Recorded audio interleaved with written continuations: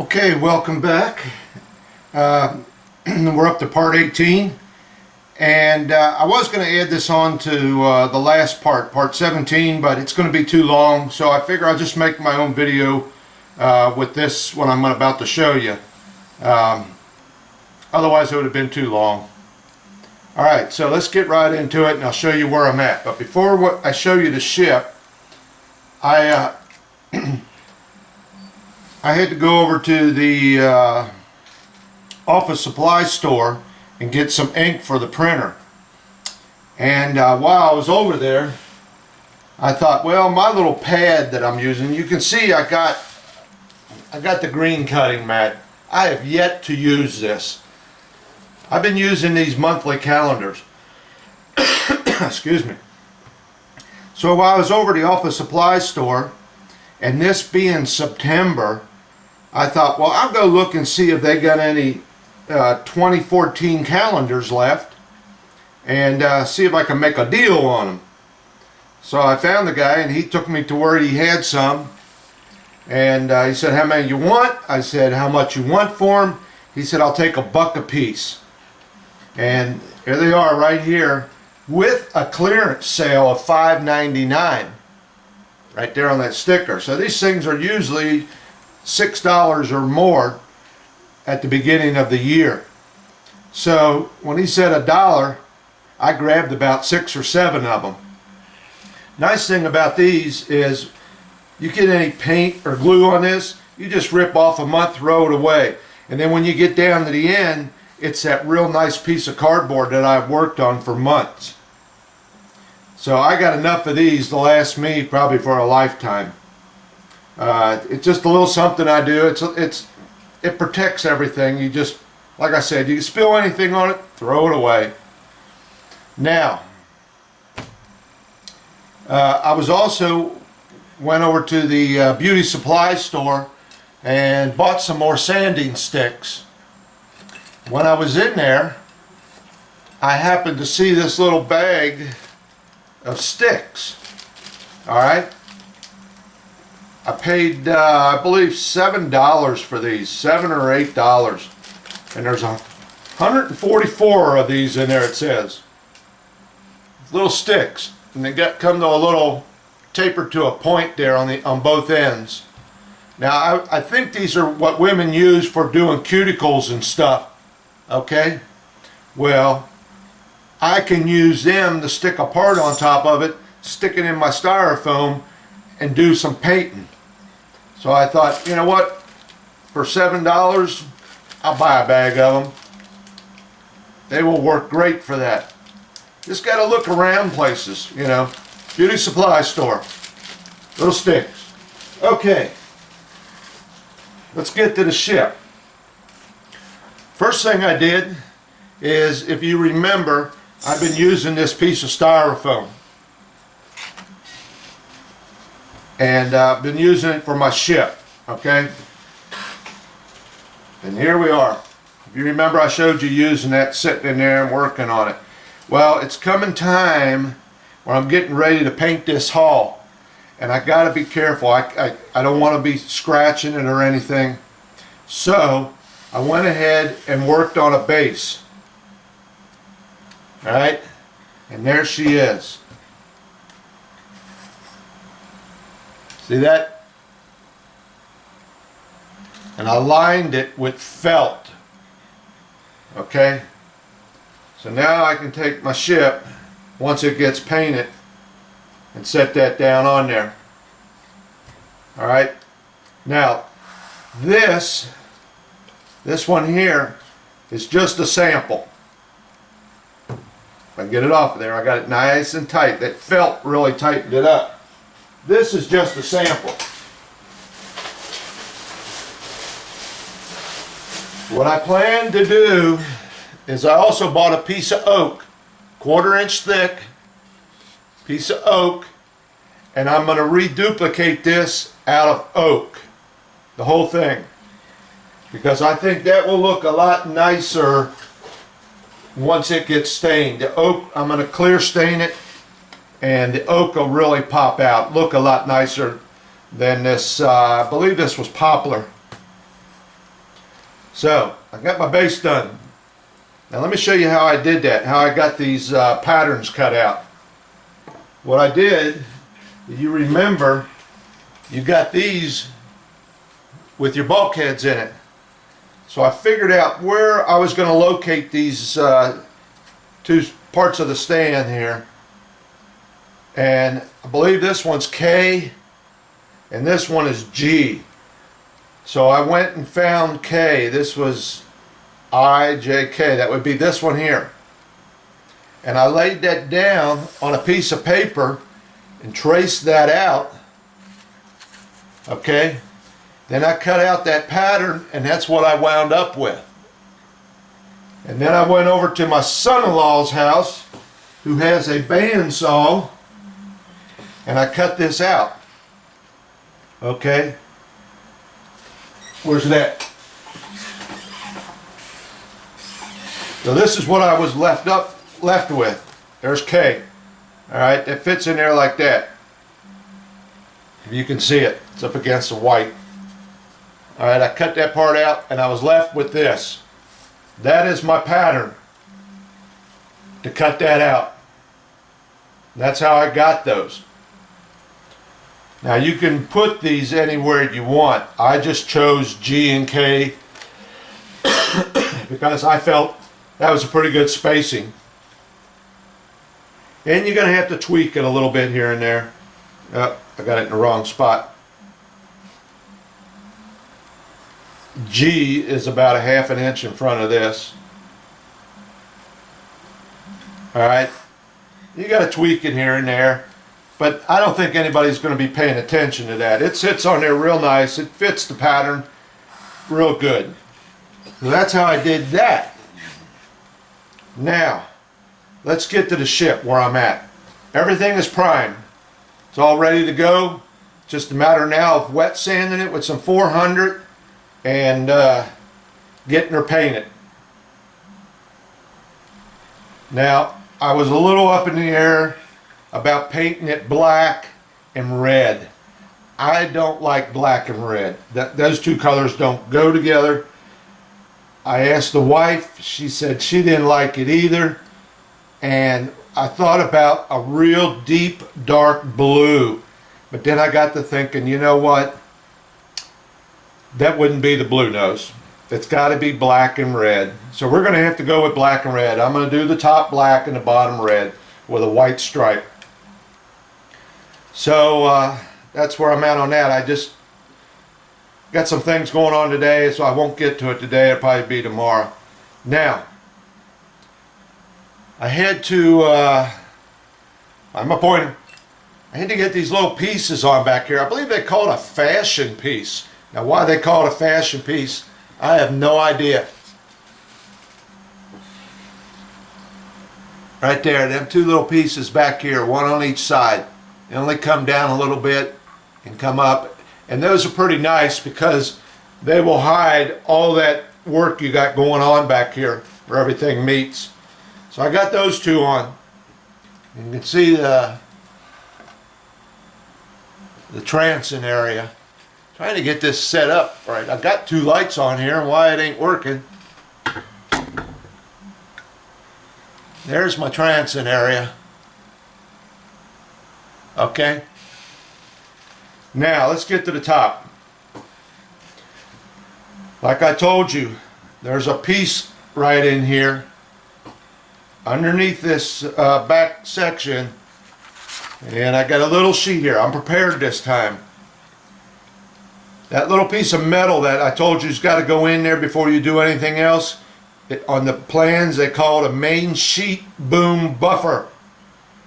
Make sure you get that in there first. I got it up in there. Alright?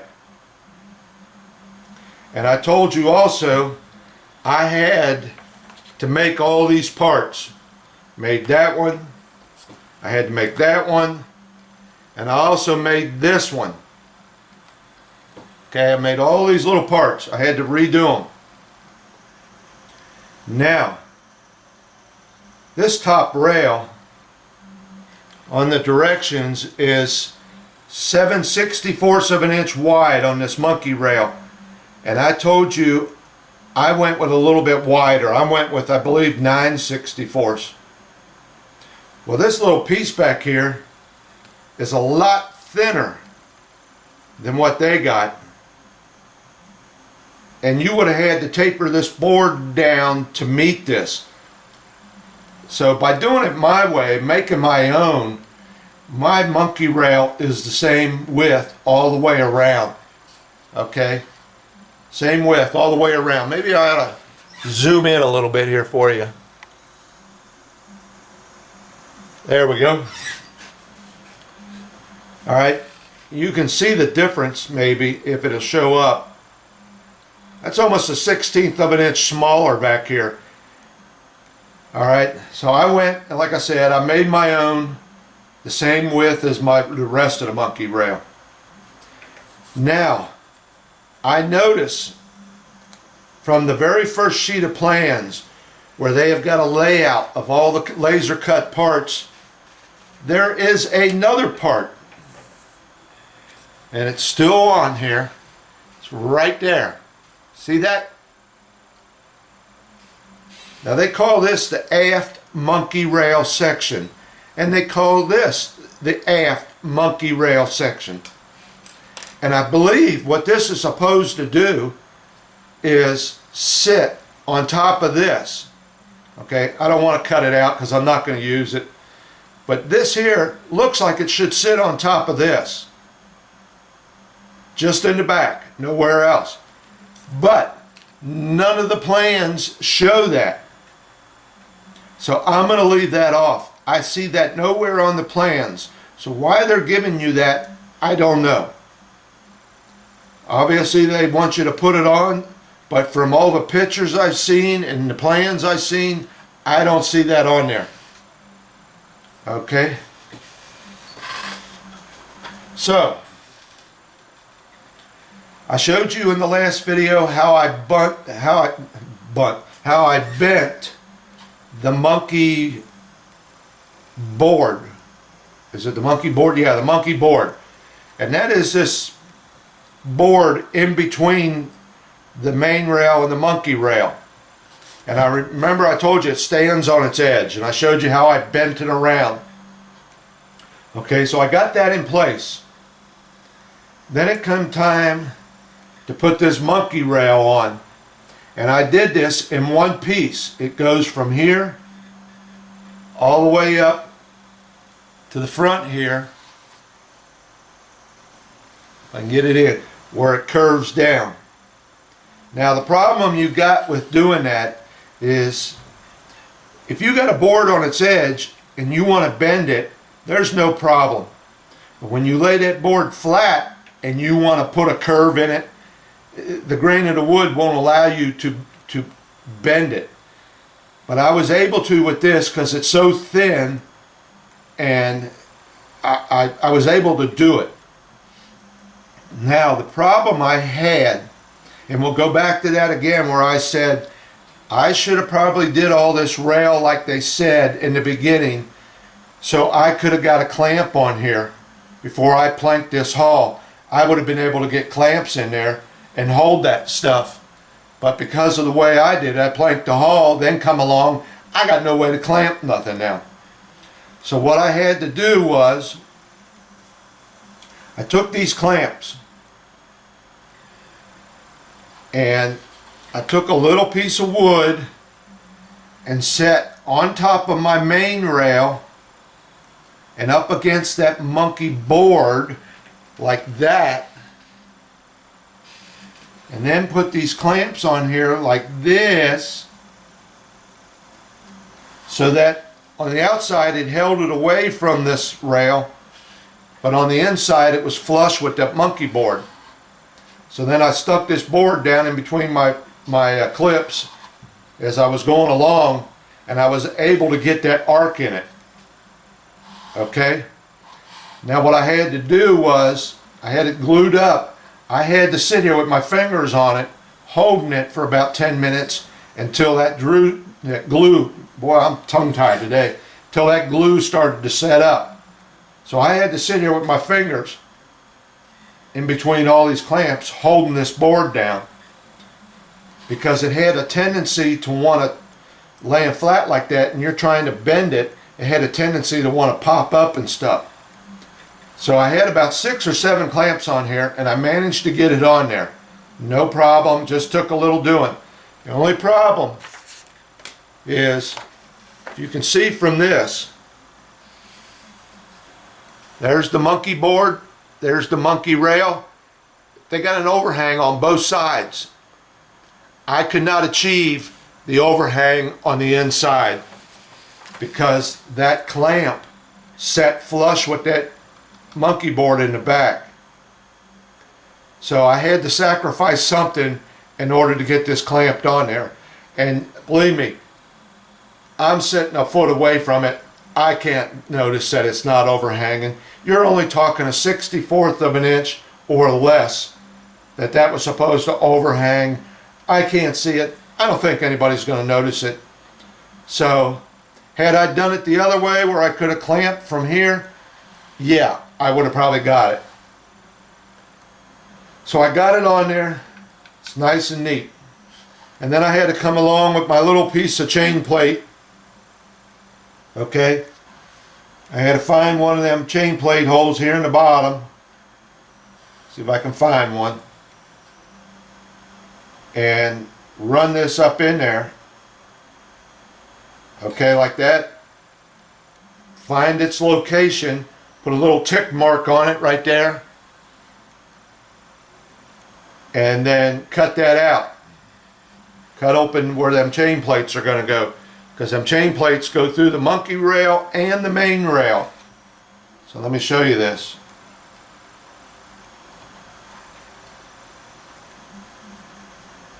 That's how that chain plate will go.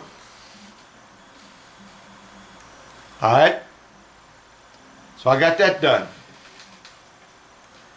And then I might have told you earlier that I was going to drill out all my belay pin holes before I put that top rail on. Well, I caught myself just in time, and I thought I better not do that. I better wait till I get that main rail on there, because I don't want to drill out these holes in their location that they're showing and wind up on top of a stanchion. So I waited till I got my top rail, my main rail on there. Actually, I waited till I got it all done, and I came back with the smallest drill bit I got, because them belay pins are pretty small, and made sure where I was drilling I would not wind up on a stanchion. Okay, so that's how I got those holes in there. Now I also have the buffalo rail on. Okay, that's this rail right up along here. All this. And I was able to use the original part they gave me right there. I'm just looking at it. Yeah, it's straight. Looking at it from this angle, it looked crooked. So I was able to use the little part they gave me for that. And then I found the piece of wood that was pretty close, but I had to do some sanding on it. But I got it on there. Now, this thing tapers. If you look at the plans, starts out about 1/8 of an inch and tapers down to about a 1/16. I ain't even in view. So I got that tapered down. And then on the end of it here, there's a little pad goes, and they call it the anchor pad. So I got one of them on each side. Alright, now I still have to go along and drill little holes where eye bolts go. And I don't want to drill them yet because I don't want to get confused between the hole for the eye bolt and the hole for the belay pin. So that's why I'm going to wait a little bit on them. So I found all the holes for the belay pins. It looked like there was 2 up here in the bow, 1 there, 5 there, 5 here, 3 back here, 1 there, 1 there. I'm showing you all this and you're not seeing it. 2, 1, 5 in each of these sections.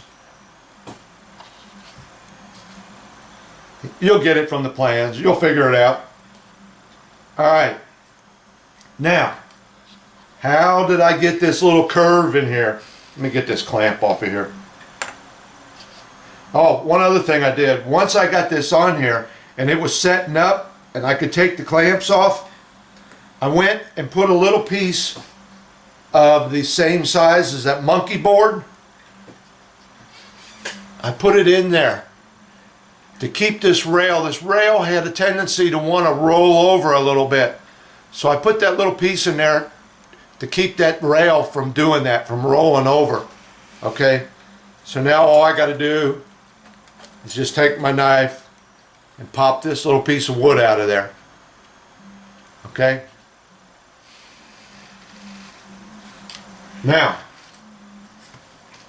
how did I get this little rolled section here? When I'm zoomed in like this, it's tough. Right here. Where's my pointer?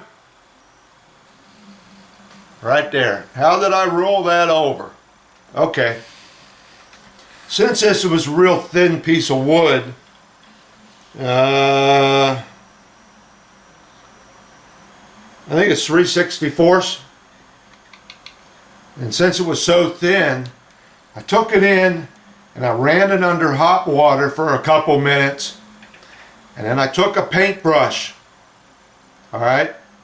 I took a paintbrush and very carefully, putting pressure to it, kept rolling it around.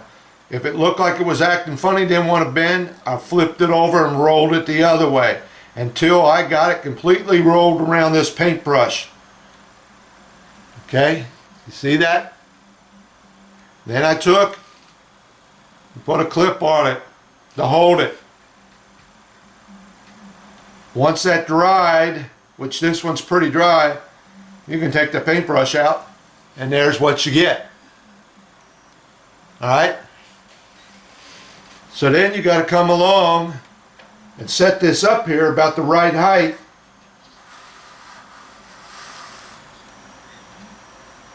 Okay? Got to match it up there where you want it to go.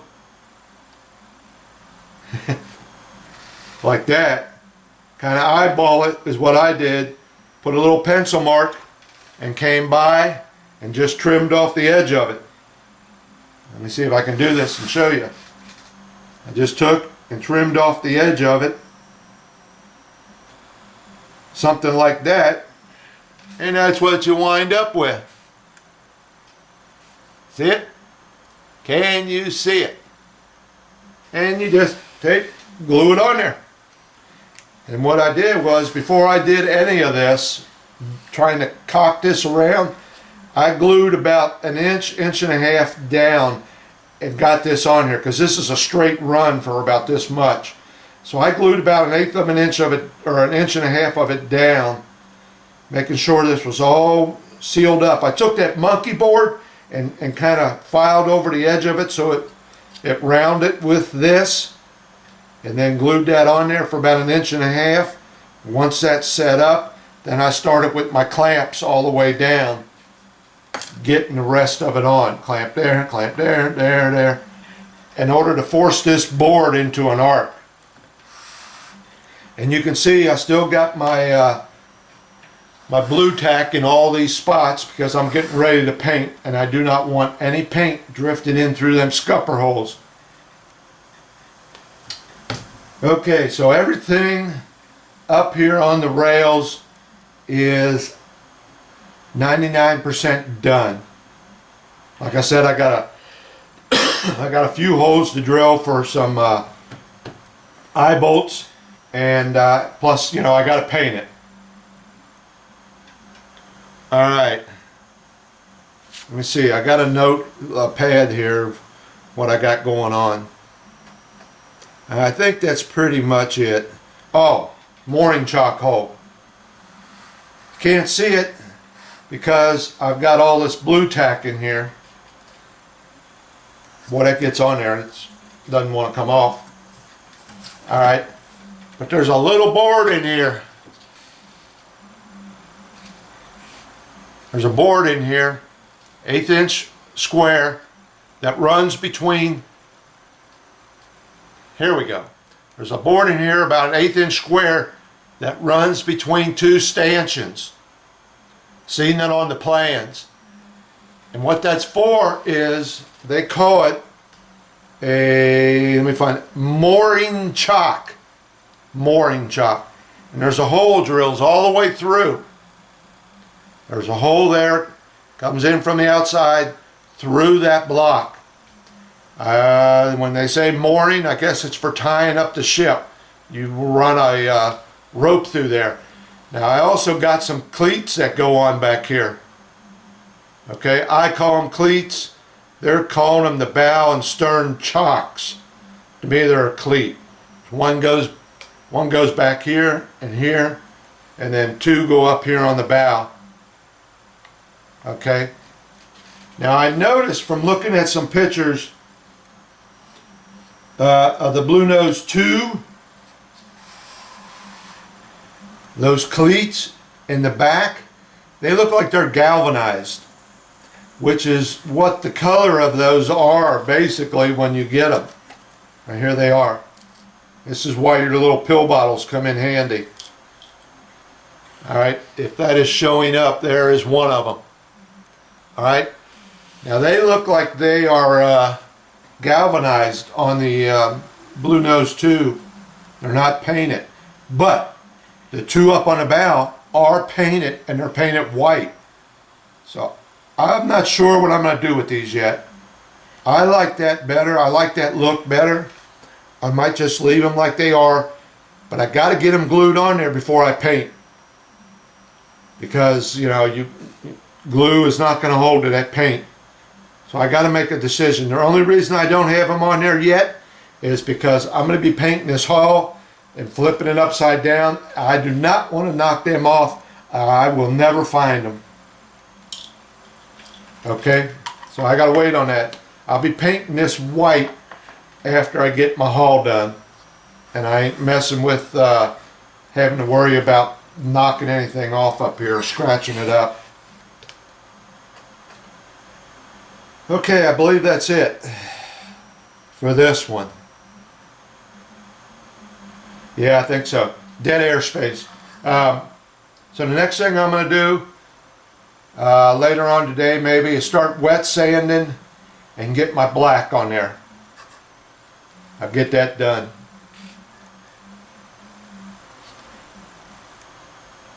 But this little thing worked out pretty nice. Now, I saw some pictures of where they took and put like 3 boards down, and then had a piece of wood up here that fit the shape of the hull, and I kind of liked that, but the wife didn't, and this is her ship. I'm making this for her, so I'm gonna stick with this. She said she liked this. There it is. I got a picture of it, and this is from some guy's ship. Got it off of Model Shipway forums. I wish I knew the guy's name. His first name is Jack, I believe. And it's in black and white because I ran out of ink on my printer. But something like that, okay? And I kind of like that idea. But she didn't, and that's what she wants, so okay. That's what we're going with. I'm just going to remake it out of oak. Okay. So, like I said, this is my first time building this and getting into this kind of rail stuff.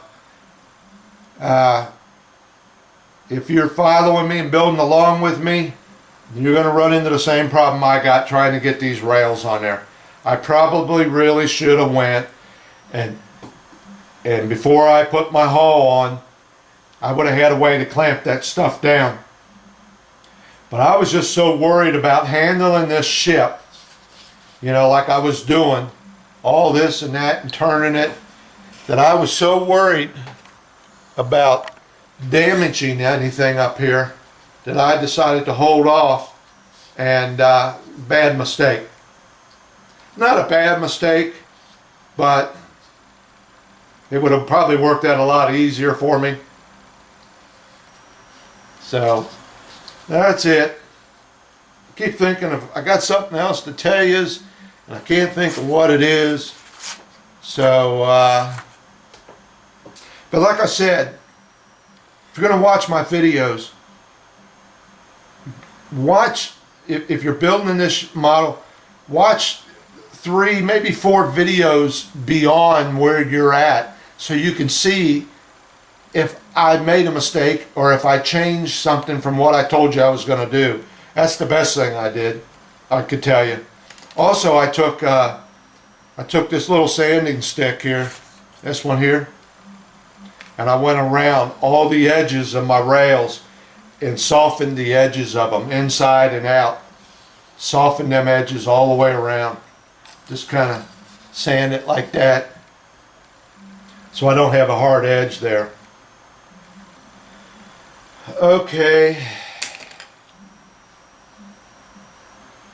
that's it.